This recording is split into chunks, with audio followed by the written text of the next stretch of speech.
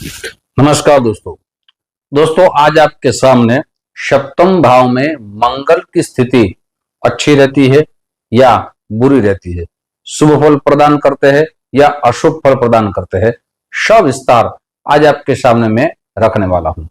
दोस्तों सप्तम भाव में मंगल है, ज्यादातर देखा गया है कि जो सोचते हैं कि अशुभ फल प्रदान करते हैं, साथ ही वो शादी का रिश्ता है वो चला जाता है।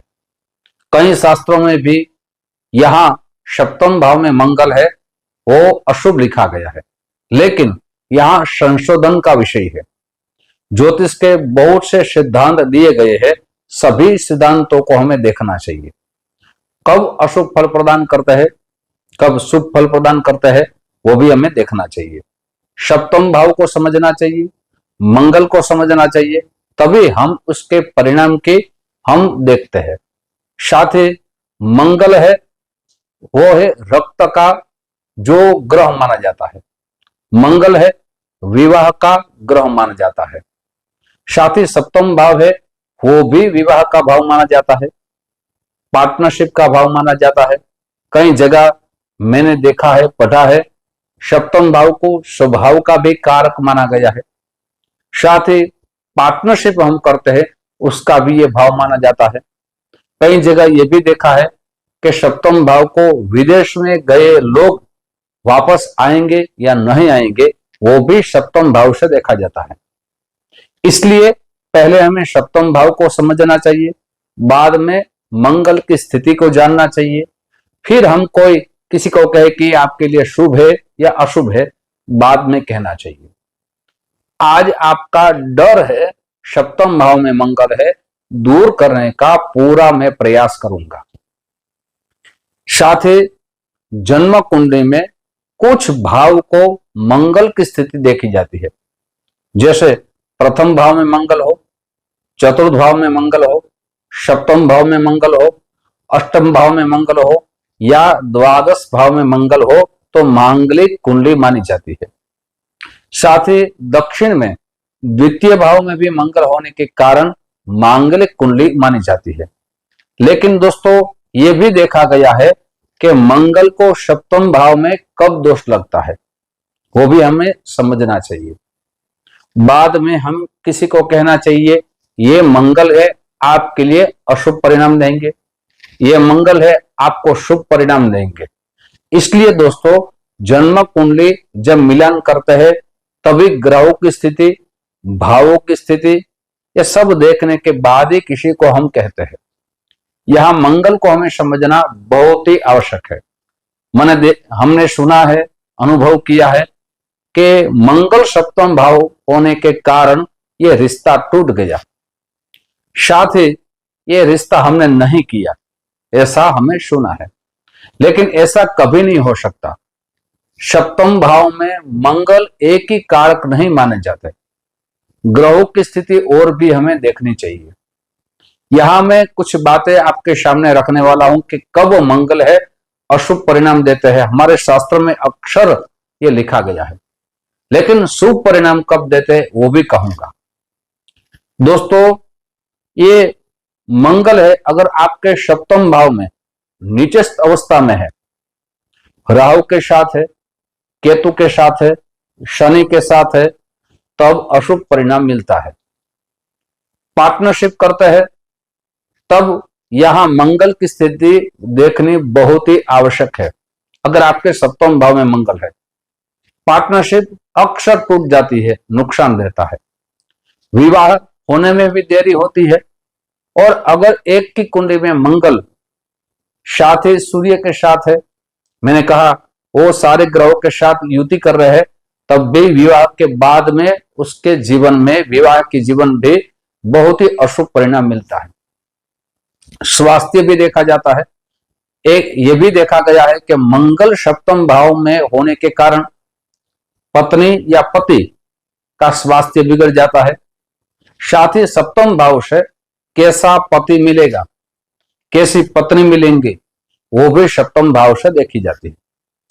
साथ ही कहां रिश्ता होगा वो भी सप्तम भाव से देखा जाता है। मंगल की स्थिति यहां देखनी चाहिए।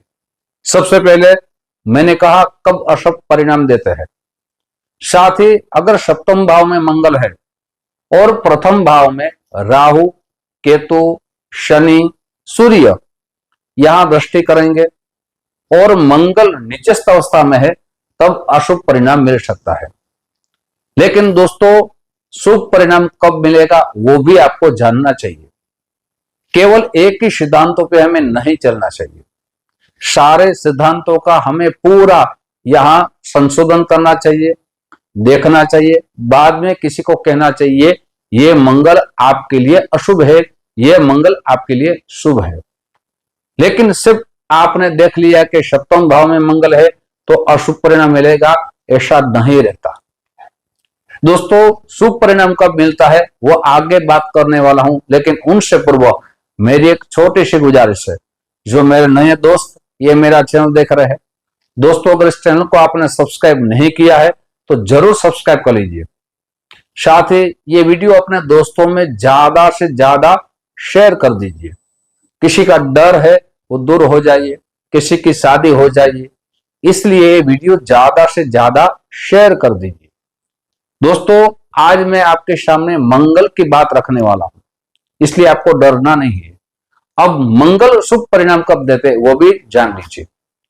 जब दोस्तों प्रथम भाव में मेष राशि हो या वृश्चिक राशि हो या मकर राशि हो या पंचम भाव में मेष राशि हो या वृश्चिक राशि हो या मकर राशि हो, साथ ही दोस्तों नवम भाव में मेष राशि हो, आपके नवम भाव में अगर मेष या वृश्चिक या मकर राशि हो तब मंगल की स्थिति शुभ बन जाती है।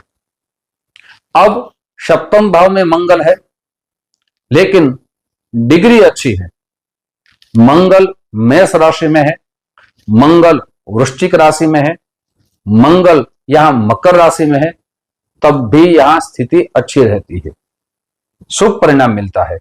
आप मंगल का दोष नहीं लगता।